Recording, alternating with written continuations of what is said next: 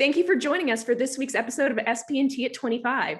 This week, we have Victor Harding joining us, who is also a regular columnist for our issues of SP&T. Victor, as always, thank you so much for joining us.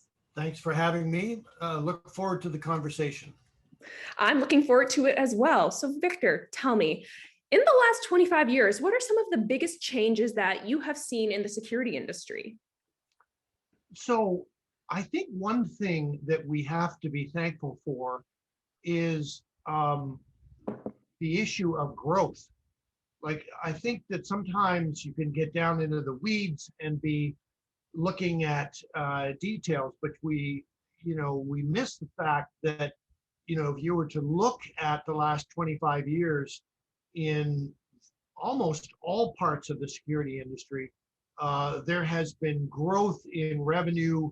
I don't know what the compounded annual growth rate is, but I'm sure it's more than 5% a year. And so I think that's one thing that we should be thankful that we have. On the other end of that question, in what ways have they really stayed the same?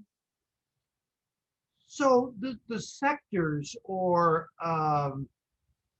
silos, let's say, are still there. I think we still have, what's called alarm companies versus integration companies versus guard companies and fire companies. So I think that they're still there.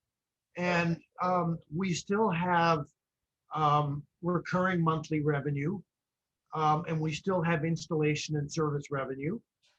So I think that the way we segment either the revenue or the sectors has stayed the same pretty well over the last 25 years. Victor, thank you so much for taking the time to speak with me today. I really enjoyed getting to know you, and I always really enjoy reading all of your columns in SP&T, and I hope to read more from you in the future. Okay, thanks again for having me.